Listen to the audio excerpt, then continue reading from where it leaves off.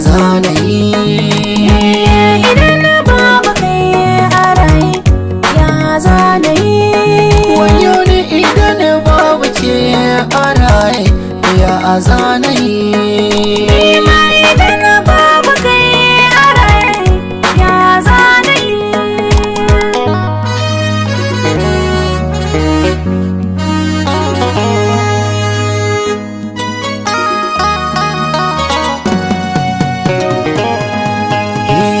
Na saba da ke batun yau ba mu taɓa rabo ba, ko a wani lokaci muna a tare baki ya adani ba.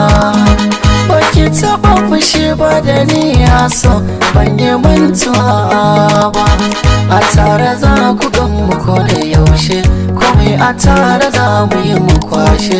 Idanuwan mu ko da yaushe bushe, rabuwa ake gaya mana ko da yaushe. To ya zanayi da mutuwa ke ɗauke ni yafi. Ka zama wani ɓangare na jikina, ba zan bar ka ba. Ni na rike ka so na gaskiya ne, ba zan sake ka ba.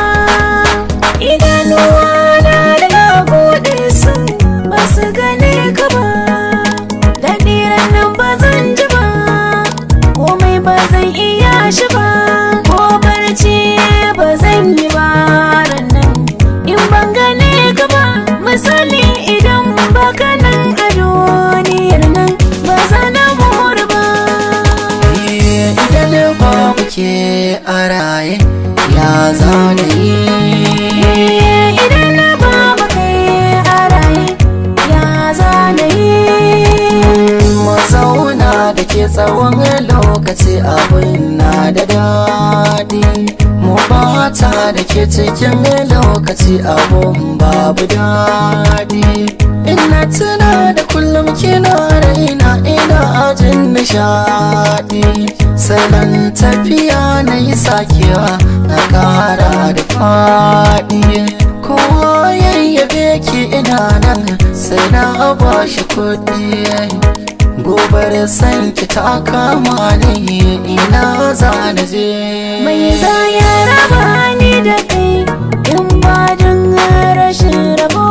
Ni nisa san ka ne ya kama ni har ya yi mantabo. Ni da kai na so mu zauna ko ba taro da kwabo. Duk bakin da zai yi magana mara daɗi kan kashe zan gwabo. Zan kula da kai iya kulawa, gari na har ka yabawa. In babu kai a raye to ya zanyi ba farin ciki.